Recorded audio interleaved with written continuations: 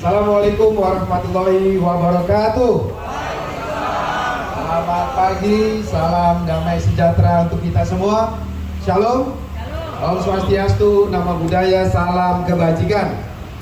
Saya diajarkan Bu Mega setiap berpidato mengajak hadirin semua untuk mengingatkan komitmen ideologi kita, komitmen berbangsa dan bernegara kita dengan menyampaikan salam Pancasila.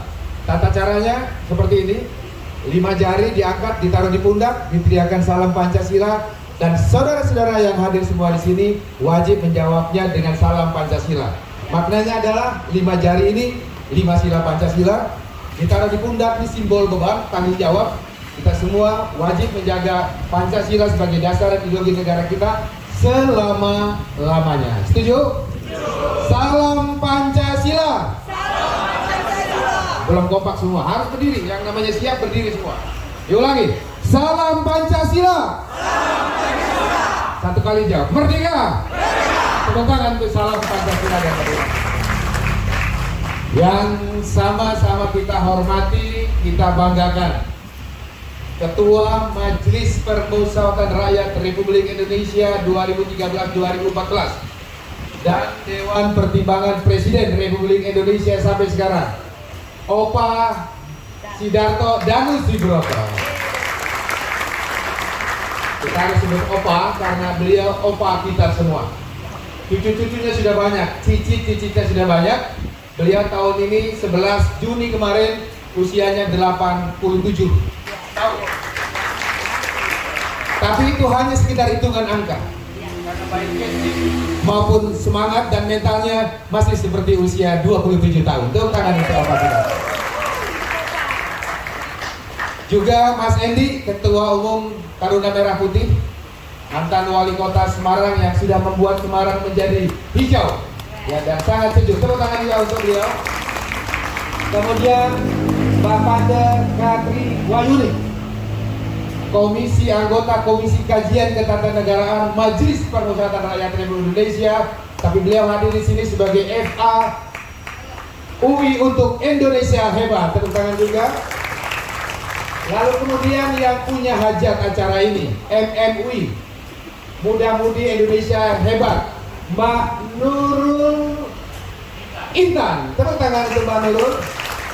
Juga para narasumber yang tidak kalah hebatnya, ada Mbak Regi Fianeri dari Banteng Muda Indonesia. Kemudian Mas Manik Margana Mahendra dari BEM UI. Tepuk tangan untuk beliau.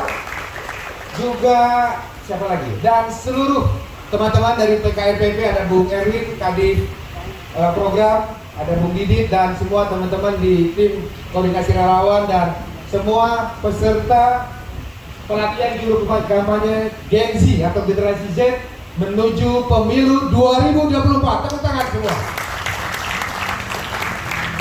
Pertama, tadi ada pantun dari pembawa acara, tak kenal maka kata saya.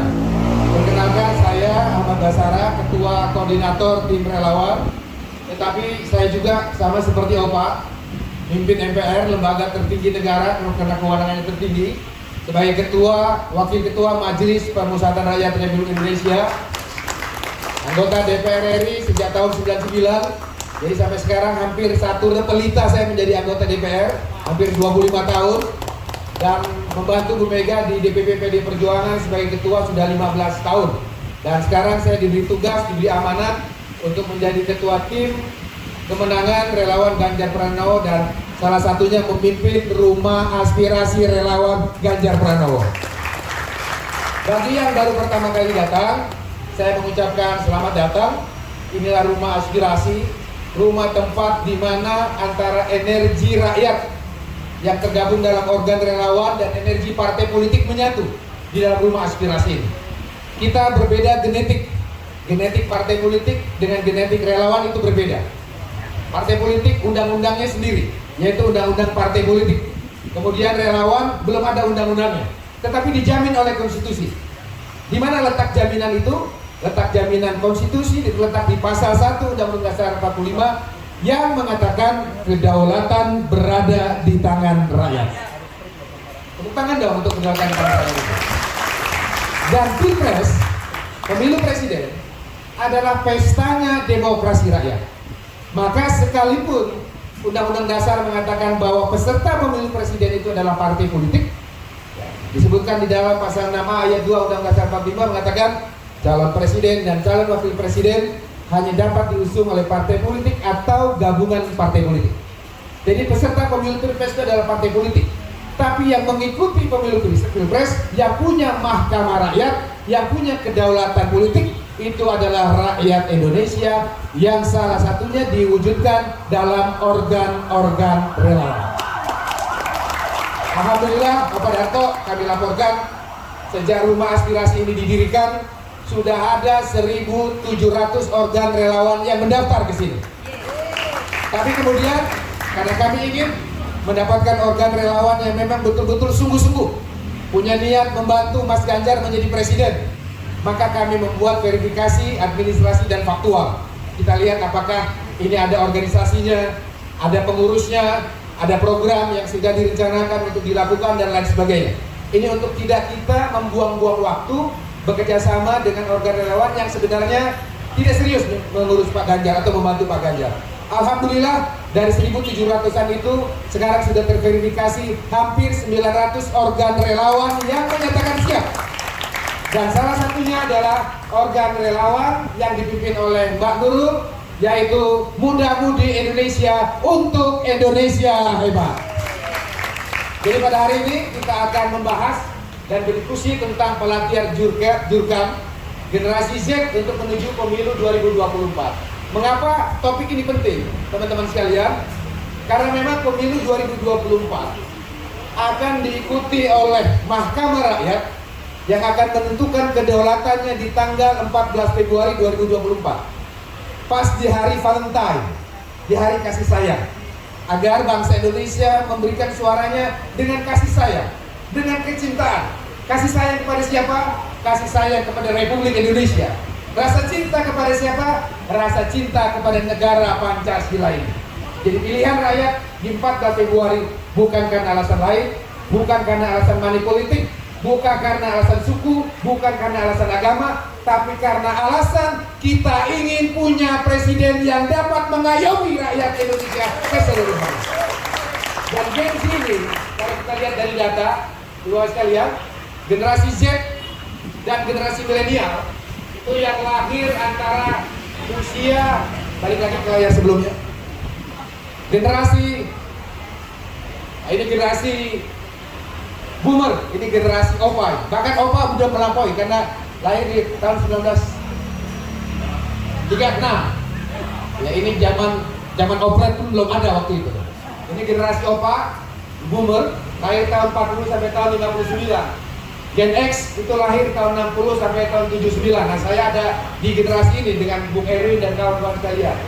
Kemudian generasi Y itu di tahun 80 sampai 94, ini yang disebut milenial. Dan generasi Z itu lahir di tahun 95 sampai tahun 2010 ke atas. Ini yang nanti sudah mengikuti pemilu.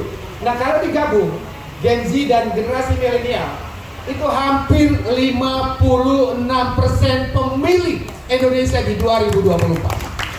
Jadi barang siapa dapat memenangkan hati dan dukungan Gen Z, insya Allah capres tersebut menjadi Presiden Republik Indonesia yang ke-8. Ini data KPU, 56% lebih Gen Z dan milenial akan mengikuti pemilu 2024. Sehingga oleh karena itu pelatihan Jurkam Gen Z itu memang betul-betul harus diarahkan bagaimana menarik minat Gen Z yang dengan karakteristik generasi Z atau generasi milenial ini. Dapat kita lihat teman-teman sekalian, ini perlu menjadi pedoman kita bagaimana memenangkan hati generasi Z. Ciri-ciri generasi Z dan milenial ini. Pertama, dia mulai lahir pada zaman digital, pada era Internet of Things. Segala sesuatunya serba internet. Di tangan Gen Z ini selalu ada handphone. Baik handphone untuk sekolah, untuk kuliah, handphone untuk bermaduria dengan kekasihnya, untuk hangout dan lain sebagainya. Bung Erwin ini punya handphone sampai 5. Ada handphone pagi, siang, malam, dan sore. Kemudian generasi Z ini kehidupan sosialnya lebih banyak dihabiskan dengan memanfaatkan dunia maya. Hampir setiap hari dia bersentuhan dengan internet. Kemudian multitasking, kecenderungan melakukan banyak hal dalam waktu yang bersamaan. Jadi luar biasa. Multitasking ini membuat konsentrasinya dapat terbagi-bagi dalam waktu yang sama. Kemudian dia ingin mendapatkan pengakuan dari lingkungannya. Tidak ingin disepelekan, tidak apalagi dilecehkan. Ingin pengakuan dari lingkungan di sekitarnya. Kemudian ambisinya juga besar, memimpi tentang masa depan Indonesia. Ini seperti nasihat Bung Karno kepada anak muda. Gantungkanlah cita-citamu setinggi langit. Kalaupun engkau jatuh, paling tidak engkau akan tetap jatuh di antara bintang-bintang. Tepuk tangan dulu dong. Seperti Opa Darto ini. Beliau mencita-cita menjadi Presiden Republik Indonesia masa mudanya. Tapi paling tidak beliau sekarang menjadi penasehat Presiden Republik Indonesia. Karena Pak Darto ini adalah tokoh yang menjaga Bung Karno ketika dijolimi oleh Orde Baru di masa awal. Beliaulah ajudan Bung Karno di periode terakhir, sehingga karena beliau berbakti kepada Presiden pertama Republik Indonesia, hidupnya penuh barokah. Jabatan kenegaraan hampir tidak pernah putus. Pak Darto ini selesai menjadi Kapolda, lalu kemudian masuk PD Perjuangan menjadi anggota DPR, tidak pernah terputus. Lalu kemudian selesai DPR menjadi Wapres sampai sekarang, tidak pernah terputus. Selain barokah jabatan, barokah nikmat hidup sehat juga dimiliki oleh Opa Sidarto ini. Karena beliau mengikuti Bung Karno, gantungkanlah cita-citamu setinggi langit. Lalu ciri berikutnya, teman-teman sekalian, dari generasi Z ini adalah, balik lagi, ya, memiliki ambisi yang besar dan menyukai, ini yang terpenting, Mbak Pande, Pak Nurul, menyukai kampanye kekinian. Gak bisa kampanye jangan zaman Opa Darto sama saya tahun 99, tahun 2004, tahun 2009, bahkan di 2019 kemarin sudah berbeda. Mereka tidak lagi berkumpul di ruang-ruang terbuka begini, tapi melalui media sosial yang mereka miliki, mereka dapat menggalang pengaruh. Itulah maka sekarang kenapa banyak anak muda yang menjadi influencer, yang memberikan pengaruh dan punya banyak pengikut. Di sini saja saya yakin medsos adik-adik yang ada di sini jumlahnya akan ribuan, bahkan mungkin juga puluhan ribu. Nah, oleh karena itu ciri-ciri ini harus menjadi pedoman kita bagaimana kita mengajak Gen Z dan generasi milenial untuk bersama-sama mendukung Mas Ganjar Pranowo. Ini penting teman-teman sekalian, karena tadi kita menyanyikan lagu Indonesia Raya. Ada bait di sana yang katakan, bangunlah jiwanya, bangunlah raganya. Jadi rohnya dulu, jiwa kebangsaan ini dibangun, baru kemudian kita bangun raganya, kita bangun skillnya, kita bangun teknisnya. Nah, yang kita perlukan sekarang adalah bukan menyiapkan fasilitas untuk generasi muda, tapi yang diperlukan bangsa ini justru menyiapkan generasi muda itu sendiri agar kelak mereka dapat memimpin bangsa dan negara yang kita cintai bersama-sama. Dan tokoh yang dapat memberikan anak-anak muda satu kesempatan untuk menyiapkan dirinya, menyiapkan generasinya sendiri agar 5, 10, 20 tahun yang akan datang dapat memimpin bangsa dan negara ini, tokoh tersebut bernama Mas Ganjar Pranowo. Jadi dengan demikian, mari kita ikuti pengarahan Opa Darto dan para narasumber, Mbak Pande, Mbak Nurul, Mas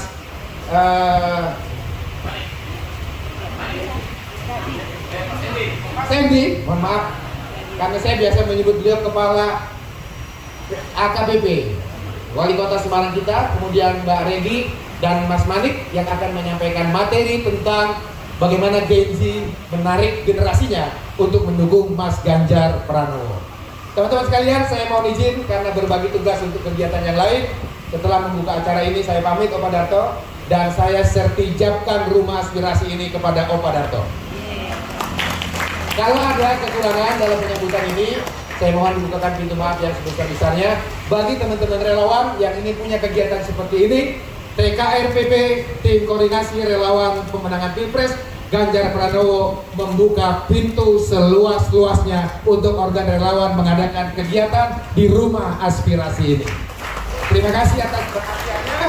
Kurang lebihnya mohon maaf. Wassalamualaikum warahmatullahi wabarakatuh. Om Santi Santi Santi Om. Merdeka. Salam Pancasila. Dengan mengucapkan Bismillahirrahmanirrahim, atas berkat rahmat Tuhan Yang Maha Esa, pelatihan generasi Z dan generasi milenial untuk pemilu 2024 secara resmi saya nyatakan dibuka. Terima kasih.